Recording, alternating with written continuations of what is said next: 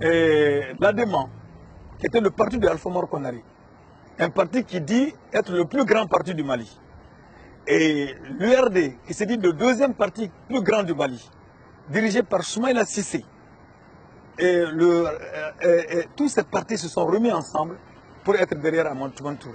Parce qu'on leur a dit, il y aura un partage de rôle, accepter qu'Amadou Touré continue, il y aura un partage de rôle, comme on l'avait dit à Ibrahim Boubacar Keïta. Ça a été dit par les Français, par l'intermédiaire d'Oumar Bongo. Il a été dit que Ibrahim Boubacar Keïta devrait accepter qu'Amadou Touré soit président de la République et que 5 ans après, Toumane Touré allait lui donner donc le poste de président de la République. Donc vous voyez que les élections ont très peu d'impact dans les élections. Ça, je reviens à votre question. D'accord. Ont très peu d'impact. Alors donc, ce point de vue, rapidement, ces partis n'ont pas pris des candidats, mais malgré tout, que 48 partis se sont retrouvés autour d'Amadou Touré, il a été obligé de tricher. Pour ne pas aller au deuxième tour. Parce qu'au deuxième tour, il était battu. Et nous autres, donc, personnellement, je me suis retrouvé réellement à la 3e place de ces élections présidentielles qui ont mobilisé 8 candidats pour être finalement officiellement en 4e position. C'est ce qui s'est passé. Donc, dans ces conditions-là, quand on écoute cela, 2002, 2007, évidemment, on va tomber dans le pessimisme. L'élection transparente pour 2012. Déjà, une chose est claire, il ne faut pas attendre que nos dirigeants fassent des élections transparentes. C'est un problème en Afrique aujourd'hui, en tout cas pour le Mali, parce qu'au Ghana, ça n'a pas été le cas de Rawlings. Il a organisé des élections transparentes, son parti a perdu, après que lui l'ait gagné, mais c'était le jeu, il a accepté de donner dans le jeu. Au Mali, il ne faut pas s'attendre ni au Mali ni au Sénégal à des élections transparentes. Ni au Cameroun? Non, au Cameroun, n'en parlons même pas. Au Cameroun, ils sont encore très loin de cette situation d'élection transparente. Parce que Biya, même s'il est un icône, même s'il est une momie, il servira toujours de la France.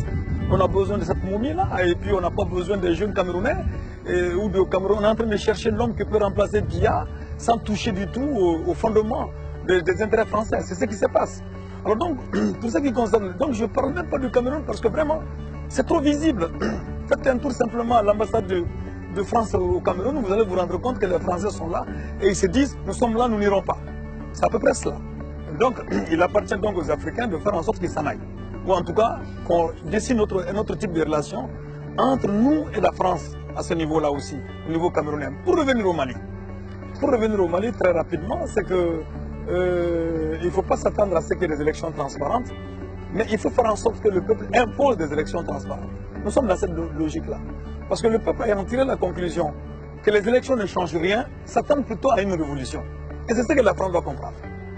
Et il faut qu'ils comprennent que les révoltes ne vont pas se passer comme ça, en Afrique partout, comme ça s'est passé au Kenya, comme ça s'est passé en Guinée-Conakry. Nous sommes en train d'avoir l'intelligence nécessaire d'éviter qu'il y ait une conflagration entre les populations, mais que l'on cherche et comprenne les intérêts français, les intérêts de leurs représentants pour s'en débarrasser parce qu'ils ne sont pas majoritaires dans nos différents pays. Il faut que la France comprenne cela. Est-ce que vous avez les moyens aujourd'hui? C'est-à-dire que, imaginons que la population vous suive dans cette démarche, celle-là même qui veut que les intérêts français soient boutés dehors, dehors du Mali aujourd'hui. Oui. Si vous vous retrouvez avec une situation comme celle de la Côte d'Ivoire, qu'est-ce que vous faites? Mais il sera difficile, si je me retrouve devant une situation comme celle de la Côte d'Ivoire, il y a deux voies possibles. Si je sens que le peuple n'a pas compris, que les populations risquent de se régler des comptes inutilement, nous allons remettre. Et nous allons faire en sorte que nos partisans comprennent qu'il faut remettre, pour mieux se préparer. Alors donc ça, c'est une démarche possible. Mais ce qu'il faut, c'est que les peuples aussi apprennent. Parce qu'on ne veut pas de cette domination-là. Mais ce qui a été comme solution en Côte d'Ivoire, comme solution au Kenya, n'est pas forcément la solution que nous allons adopter. Parce que nous avons compris que le peuple y a perdu. Et en Nairobi, au Kenya, et en Côte d'Ivoire. Donc il faudra dépasser cela. Comment le faire? Ça, c'est une réflexion qu'il faut faire en dehors des caméras. La deuxième chose qu'il faut savoir, c'est qu'il ne s'agit pas de remettre en question les intérêts français, justement. Il s'agit de remettre en question l'exploitation de nos pays. Parce que nous avons intérêt à travailler avec la France, et la France aussi a intérêt. Mais des bons diables que la France ne prenne pas tous nos intérêts chez elle et tous nos intérêts chez nous. C'est ce qui ne marche pas, qui ne peut pas marcher. Parce qu'on ne va pas couper avec la France, mais nous voulons imposer à la France le respect de nos peuples, le respect des conditions de misère de nos peuples, et accepter qu'on fasse la collaboration, la coopération et non l'exploitation. Ce qui se passe aujourd'hui en Afrique, c'est l'exploitation. Et c'est ce que nous ne sommes pas prêts à accepter, accepter de la part de la France.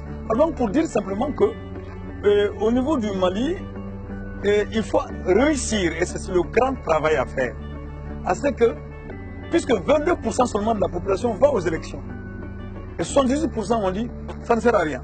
Il faut faire en sorte que les 70% de la population se mettent à aller aux urnes.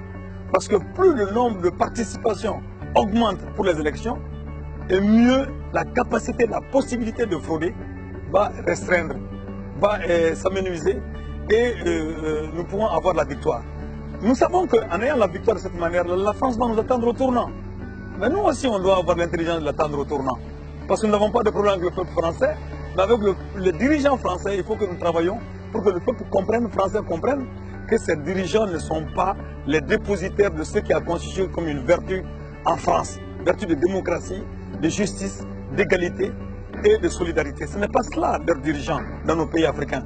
Parce qu'avec leurs médias, ils en arrivent à tromper plus d'un. Ils nous trompent nous-mêmes chez nous, a fortiori, ceux qui sont assis tranquilles en France et qui ne sont pas nécessairement dans le besoin. Donc ils arrivent à nous tromper, ils les tromperont aussi, ils continuent à les tromper.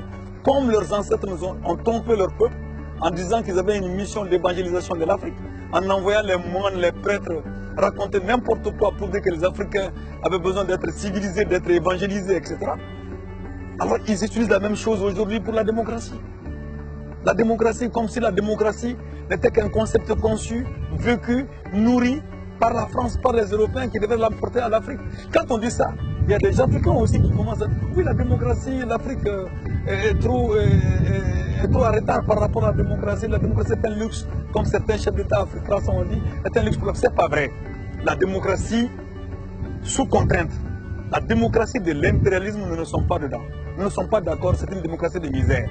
Mais la démocratie en tant que forme de gouvernement, forme de république, qui puisse permettre à ce que les richesses du peuple viennent du peuple, soient partagées par le peuple, que le peuple souverainement puisse décider dans son quartier, dans sa ville, dans la nation, cette démocratie, aucun peuple ne peut cracher dessus. Pas plus que les peuples africains. Et cette démocratie ne peut pas être apportée par nous, par la France d'aujourd'hui, par la France dépositaire des valeurs du capitalisme et de l'impérialisme. Ce n'est pas possible.